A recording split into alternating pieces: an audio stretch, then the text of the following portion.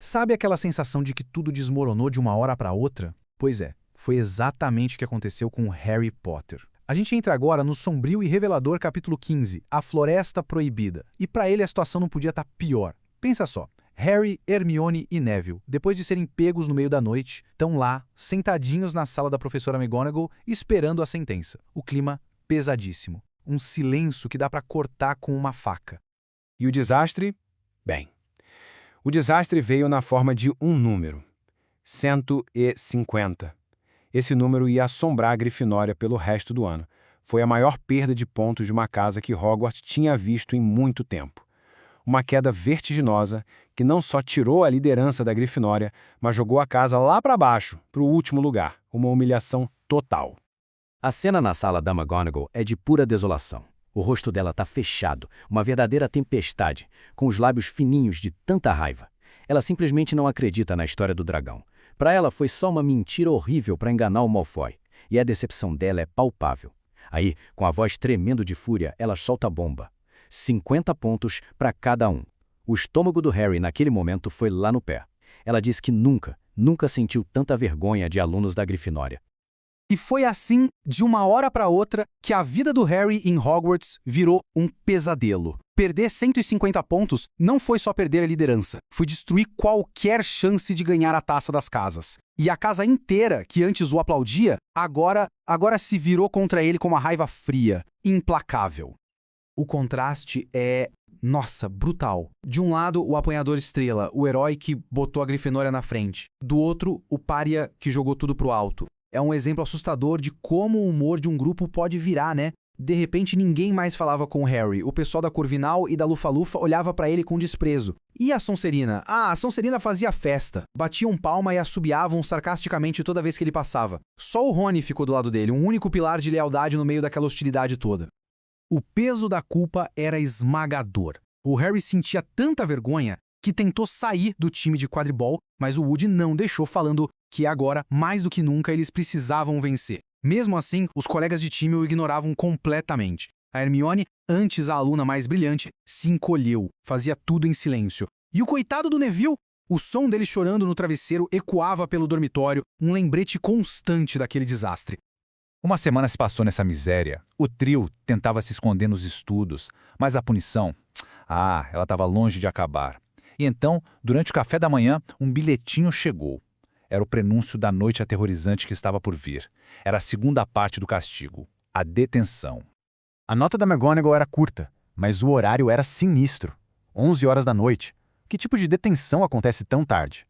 O medo começou a bater. Naquela noite, eles se despediram do Rony, que desejou boa sorte com uma voz preocupada, e desceram. Lá no saguão de entrada, encontraram o Filch. E, para surpresa e desgosto do Harry, o Malfoy também estava lá, parecendo presunçoso. Acontece que ele também foi pego e perdeu 50 pontos para Sonserina.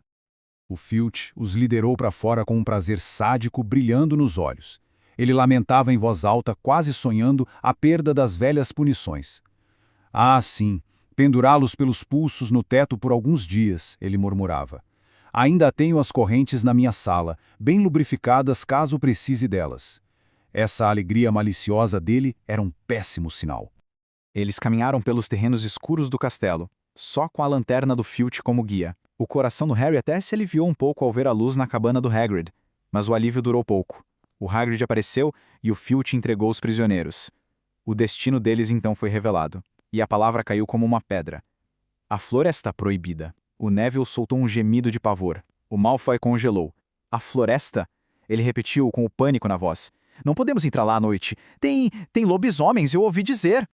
O Hagrid, com aquele jeitão rude nele, assume o controle. Ele não tem a menor paciência para as reclamações do Malfoy e os leva até a beirada da floresta, um paredão de árvores escuras. Ali, ele aponta a lanterna para o chão. Na grama, algo brilha com uma luz fantasmagórica. É sangue. Sangue de unicórnio, prateado e reluzente. A missão deles, encontrar a pobre criatura que foi gravemente ferida.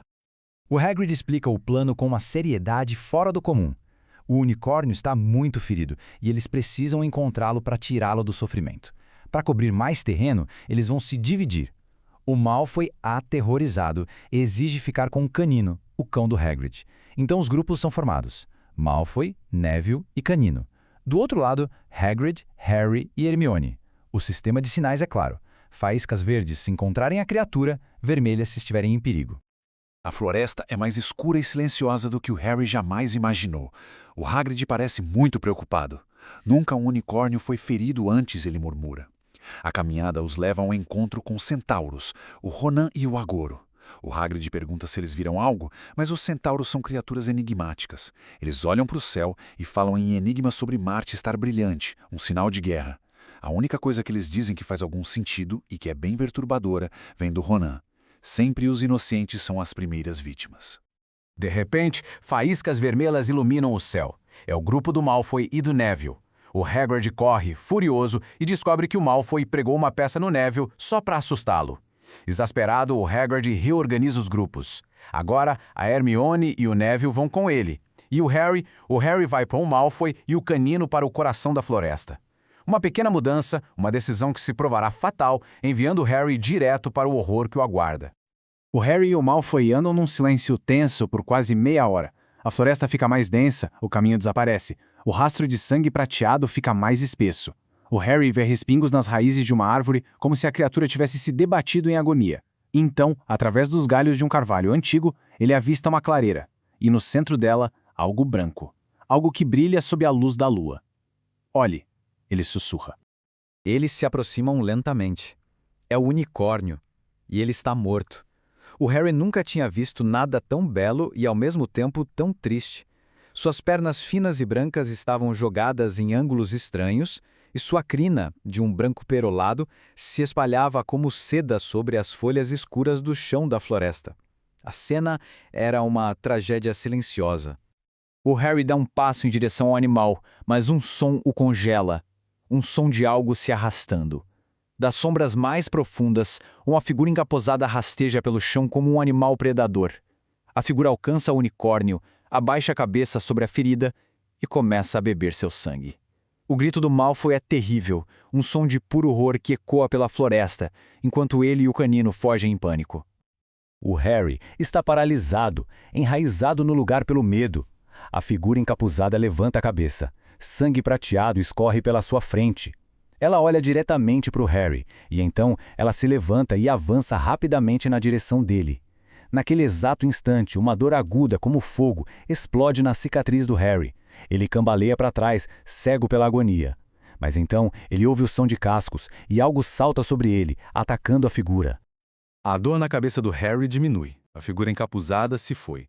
Um centauro está de pé sobre ele, o corpo de cavalo branco brilhando na escuridão. Você está bem? Ele pergunta. É o Firenze. Você é o menino Potter, diz ele, com uma voz grave. A floresta não é segura para você essa noite, especialmente para você. Você deve ir embora. Enquanto leva de volta para o Hagrid, o Firenze explica a terrível verdade. Beber o sangue de um unicórnio manterá alguém vivo, mesmo que esteja à beira da morte. Mas o preço é inimaginável. Por ter matado algo tão puro e indefeso para se salvar, a pessoa terá apenas uma meia vida. Uma vida amaldiçoada, a partir do momento em que o sangue tocar seus lábios. E aqui, a lógica do Firenze se desenrola como um pesadelo. O Harry se pergunta quem estaria tão desesperado.